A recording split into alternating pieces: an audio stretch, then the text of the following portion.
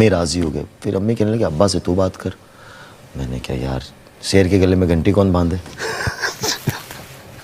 اب ابا سے بات کرنے کے لیے بڑے پاپڑ بیلے. پھر آخر میں نے ابا کو مولانا کا وائس نوٹ سنا دیا. تو میرے والد صاحب کہتے کون ثنا یہ؟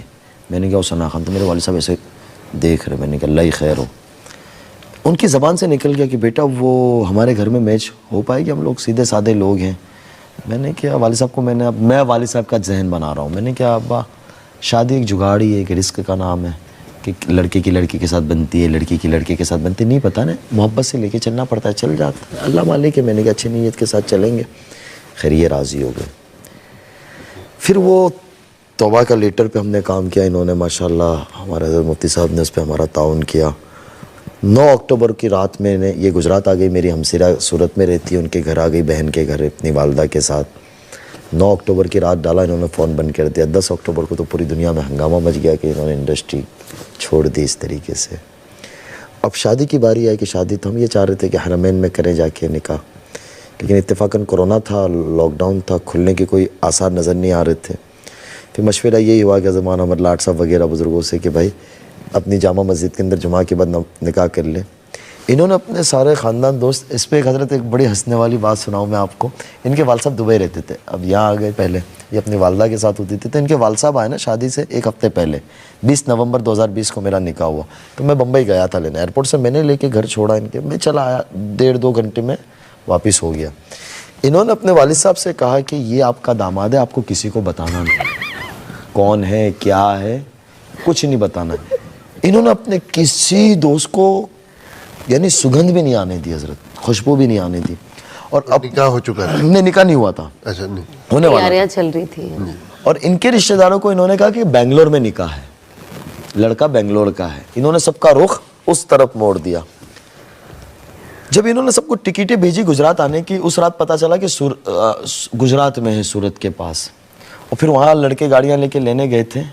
تو جمعہ کے دن 1-2 دن پہلے عامتاً ہمارے یہاں انڈیا وغیرہ ہمارے بر صغیر میں یہ ہوتا ہے کہ لڑکا بارات لے کے جاتا ہے, یہ اپنے کچھ رشتہ دار دوستوں کے ساتھ. اس کو میں نے گجراتی بلا لیا تھا.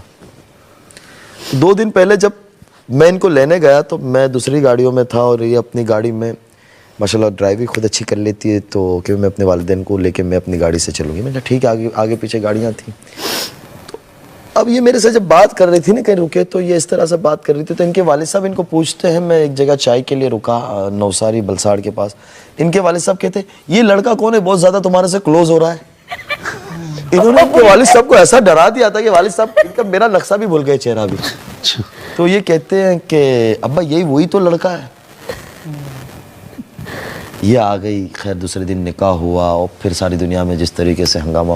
لیکن الحمدللہ اللہ کا بہت شکر ہے, حضرت انہوں نے بہت ساتھ دیا اور بہت بڑی قربانی دی. کیونکہ وہ بمبئی کی دنیا ایسی چکا چوند ہے حضرت کہ بہت مشکل ہے اس سے پیچھے آنا, کیونکہ اتنی سارے آرائی سے دنیا ہے, آرائی سے زندگی ہے. اللہ انہیں جزائے خیر دے. اب تو حضرت کبھی کبھی یہ لگتا ہے کہ میں بالی ووڈ میں تھا, یہ مدرسے میں تھی.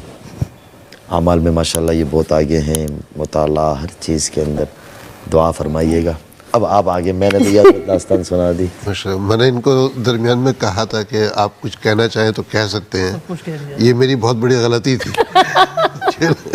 لیکن بہرحال آج ماشاءاللہ وہ باتیں سامنے آ گئی. جی ماشاءاللہ, جو شاید یعنی 2 سال سے لوگ سننا چاہ رہے تھے, تو میں اپنی سعادت بھی سمجھتا ہوں. سنا جو باتیں انہوں نے کہی ہیں اس میں کتنی سچائی ہے. جی پوری سچائی ہے. اگر یہ مجھے کہنے کہتے تو مجھے نہیں پتا یہ کیا چاہتے ہیں, میں اس میں کون سی چیزیں ایڈٹ کروں.